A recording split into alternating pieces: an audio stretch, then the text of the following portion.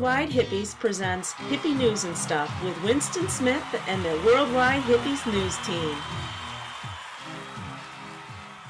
Welcome to Hippie TV News and Stuff for the week of December 13th. Brought to you by WorldwideHippies.com, citizen journalism on the web. I am Winston Smith. China Syndrome in Japan. Doc is in. Ed Croft, Weatherman, Shaman, or both. Mic check in Durban. The Mikel K Minute. Justice served. Hippie has some history. Our asshole of the week and more. Top story. A tale of two meltdowns. CBS News, Bloomberg News, MSNBC, and other corporate media outlets all have been publishing news about Fukushima nuclear plant, but the reporting all seems to be slanted towards the problem being solved soon, or minimalized. Given that Westinghouse, the builders of that reactor in Japan, is also the owner of some of the same media outlets, and all mainstream media being connected at some corporate level, Worldwide Hippies set out to find just what is going on in Fukushima. Are we safe or are we screwed? Answer: we're screwed. Here's a report from Hippie. It is the 20th of the 11th, 2011.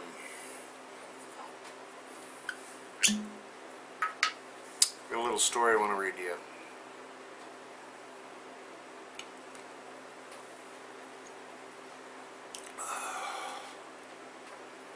Architect of Fukushima Daiichi Reactor Number 3, the former president of Sega University, had an interview on the 17th of November 2011. In this interview, he admitted TEPCO's explanation does not make sense, and that the China Syndrome is inevitable. He stated that considering 8 months have passed since 3/11 without any improvement, it is inevitable that the melted fuel went out of the container vessel and sank underground, which is called China Syndrome. He added if the fuel reaches an underground water vein, it will cause contamination of underground water, which is already happening, soil contamination, and sea contamination, which is already happening. Moreover, if the underground water vein keeps being heated for a long time, a massive hydrovolcanic explosion will be caused. He also warned radioactive debris is spreading in the Pacific. Tons of debris have reached the Marshall Islands as of the 15th of November 2011. That's all I have for you tonight. Enjoy it while you can.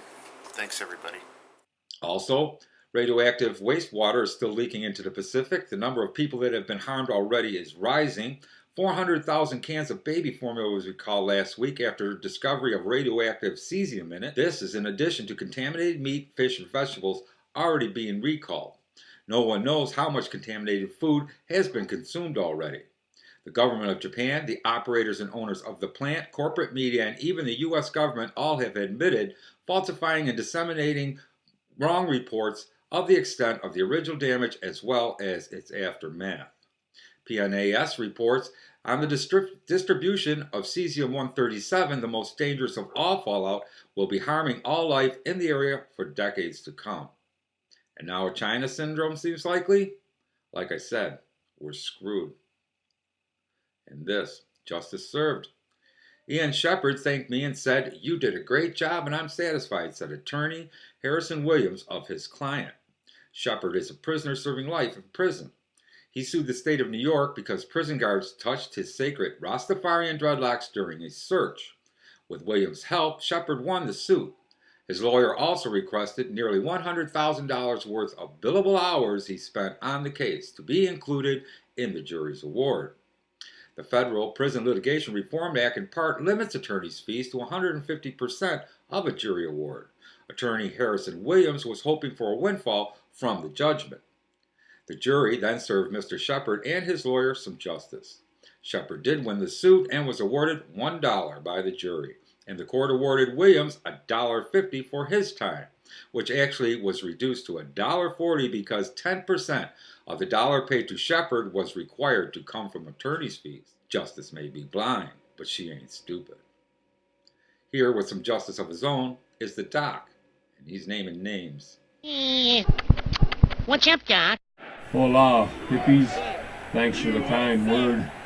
Winston and Bugs, well, you know how we do.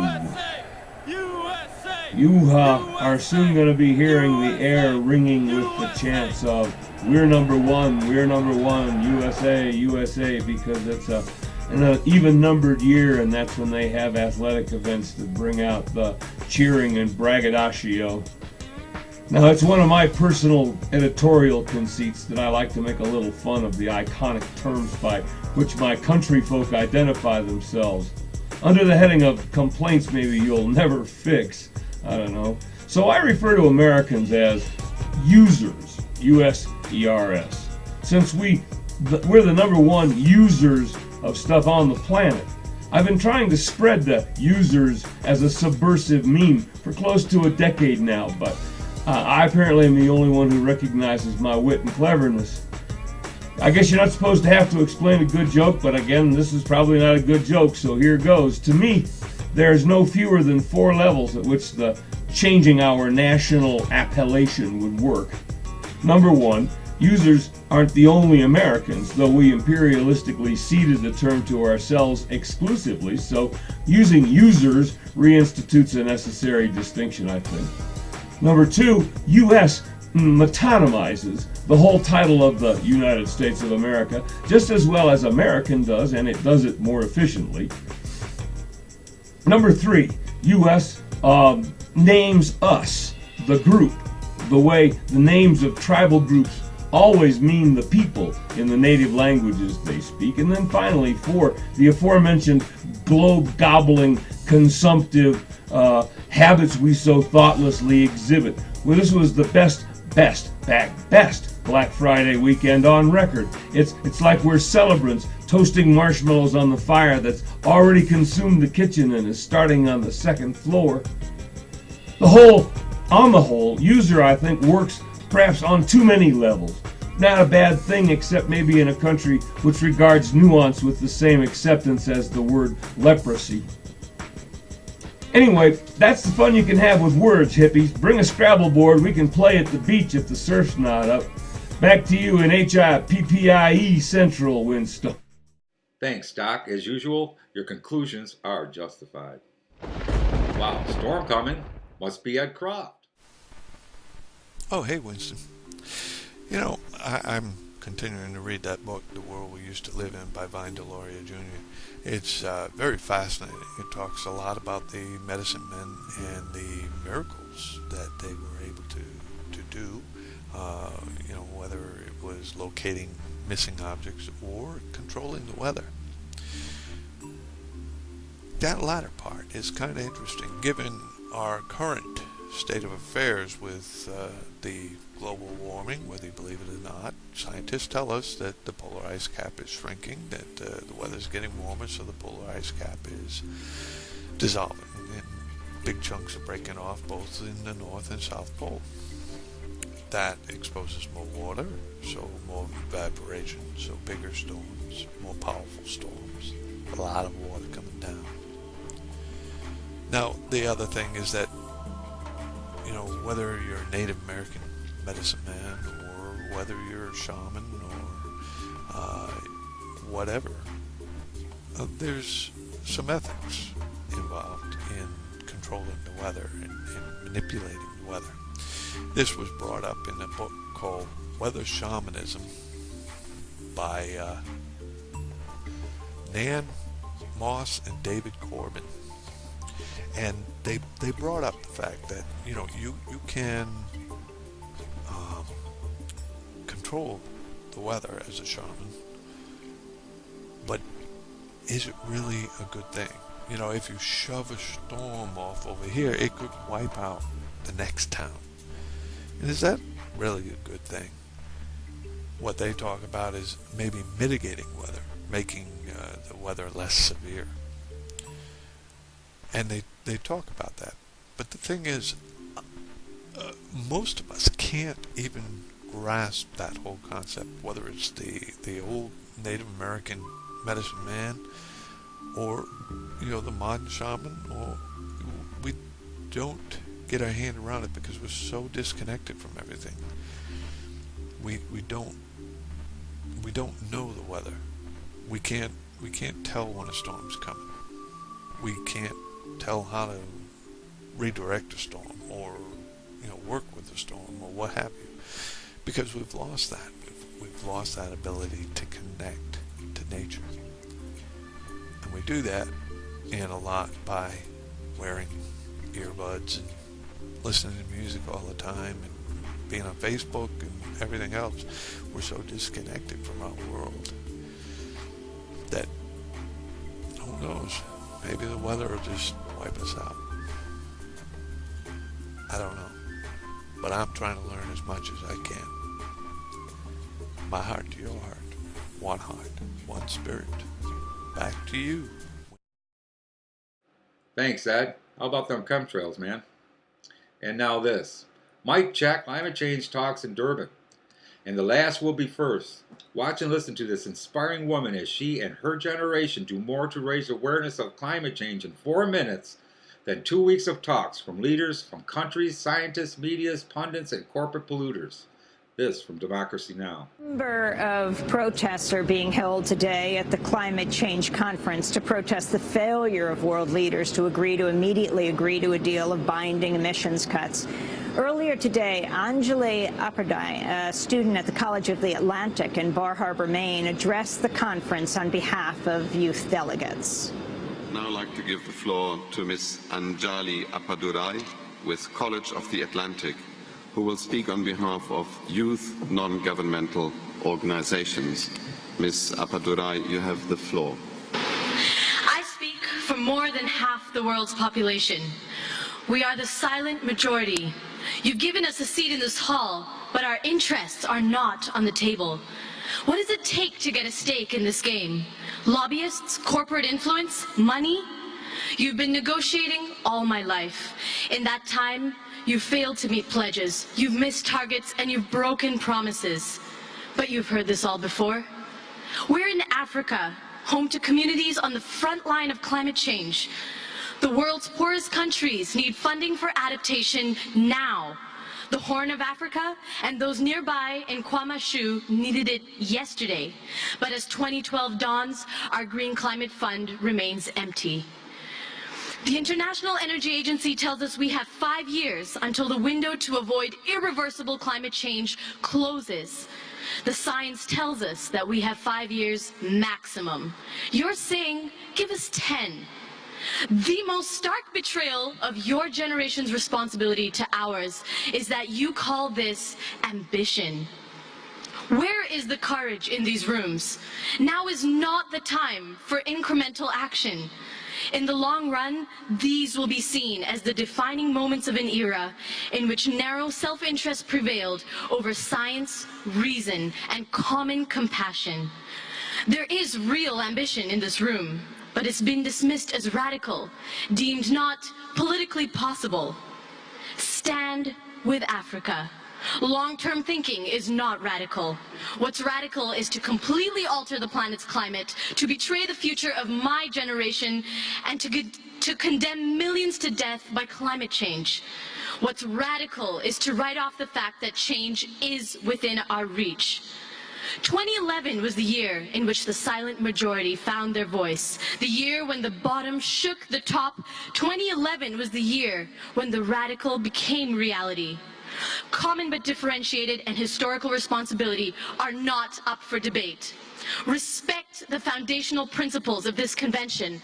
Respect the integral values of humanity. Respect the future of your descendants. Mandela said, "It always seems impossible until it's done." So, distinguished delegates and governments around the world, governments of the developed world, deep cuts now. Get it done.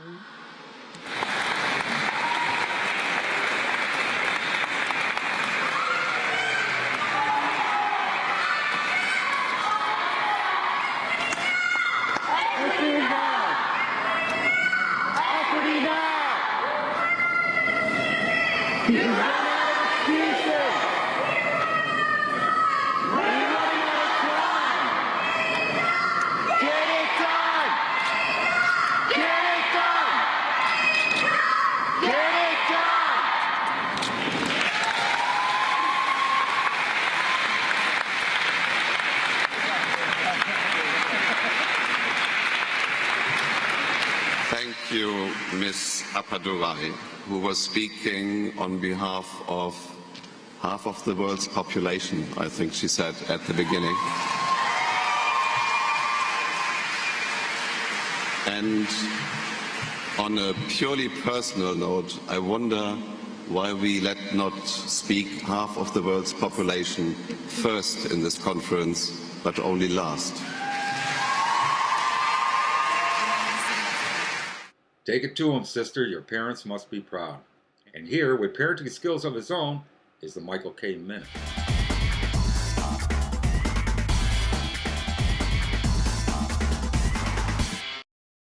This is Mikel K here with the Mikel K Minutes on www.worldwidehippies.com. We're at the High Museum in Atlanta, Georgia. There's a Warhol through Picasso exhibit, or is that Picasso through Warhol? But anyway, I've got a couple of Howard Finsters behind me here. And I'll walk over here with Just Joan following me on camera to show you another Warhol, no, not Warhol, another Howard Finster. Wow, look, it's my son Graham. Wow, what a coincidence. He's leaving me. Well, Graham, I forgot poems. I don't have a poem this week for the minute. Have you got any of my poems memorized? Yeah, I think maybe one. He's got one memorized. One poem. Can you hear him? Are you close enough? Okay, one poem. What is it? Graham K. It's called Public Transportation. Sometimes on the bus, I pick my nose. I do this not so much as a direct violation of social acceptability, but because my nose urges it, and it feels good when I am done. You may stick your finger under a seat where I once sat and find my boogers. Man and woman, we're all in this together. Together, that's it. Together, y'all, together. Isn't that something? Together, together. Winston, back to you, buddy. Thanks, Michael. And Graham, if you think booger poems are funny, they're snot. And here, with some cool history, is Worldwide Hippie's own winchy woman, Hippie.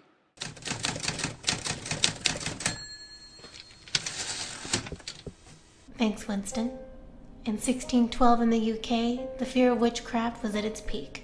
A group of 12 people known as the Pendle Witches were tried and executed for crimes of bewitching neighbors, animals, and murder. Water engineers found a 17th century cottage during excavations near the lower Black Moss Reservoir in Pendle, and now experts think it could be a dwelling ground of the famous Pendle Witches. A mummified cat was found sealed into one of its walls.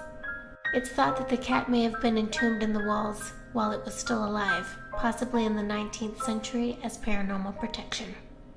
Simon Entwistle, an expert on the Pendle Witches, says, "Cats feature prominently in folklore about witches. Whoever consigned this cat to such a horrible fate was clearly seeking protection from evil spirits." We're just a few months away from the 400th anniversary of the Pendle Witch Trials, and here we have an incredibly rare find, which could well be the famous Malkin Tower. The tower was said to be the site of a notorious meeting between the witches on Good Friday in 1612. The building also contains many 19th century artifacts such as crockery, a cooking range, and a bedstead. For more on the Pendle Witch Trial of 1612, visit pendlewitches.co.uk. And now, Teddy Bear, the talking porcupine, and a pumpkin. How good is it? This is what Teddy does with leftover holiday pumpkins.